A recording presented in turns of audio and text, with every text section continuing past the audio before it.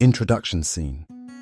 Behold, the tapestry woven through time, made up of wisdom, insight, and spiritual teachings from all edges of this vast earth. Picture humanity as a singular grain of rice, flavorful, mixed, vibrant, but united by the salt of inner truth. True vision, dear viewer, does not emerge from one's eyes, but rather blossoms from the heart. The kingdom of God within each individual lives not in isolation, but blossoms in unity when we embrace our shared humanity. Allow me to show you how the traditions of our ancestors guide us today. Scene shift to tribal setting. Let us first travel to the lands of Chief Seattle, who in his infinite wisdom declared to his community, "The earth does not belong to man, man belongs to the earth." In every leaf, river, and rolling hill dwell sacred truths that illuminate paths unknown while inspiring hearts to seek connection with nature. The chief reminds us that this vision is not ephemeral. It stands eternal and grounded in spirit, a vision that respects the interwoven fate of humankind and the earth. Can you feel the echoes of his voice in every flower that blooms? What could be more profound than this unity?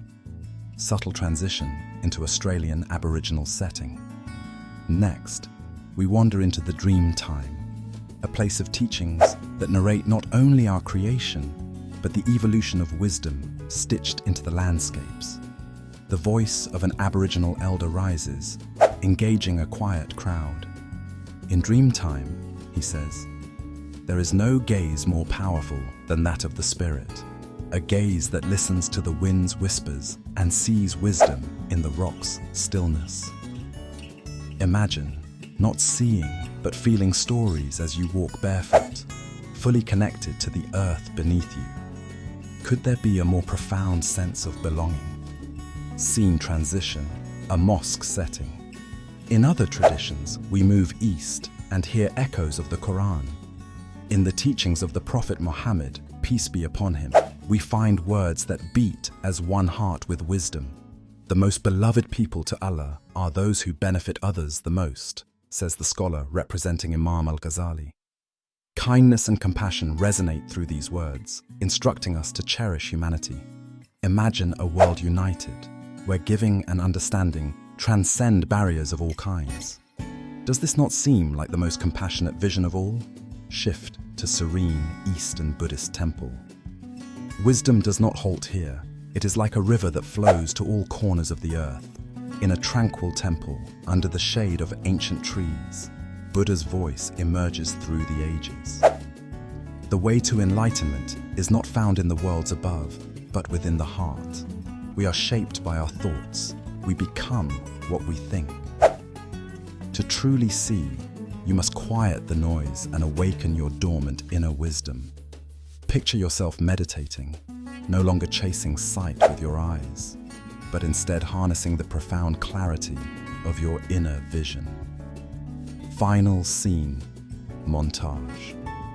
And so, dear seeker of wisdom, across continents, beliefs, and languages, a unifying truth whispers through every tradition. The most profound sight comes not from the eyes, but from the spirit within. Look inward with compassion for others. Respect the earth as your eternal companion and embrace this sacred, invisible gift.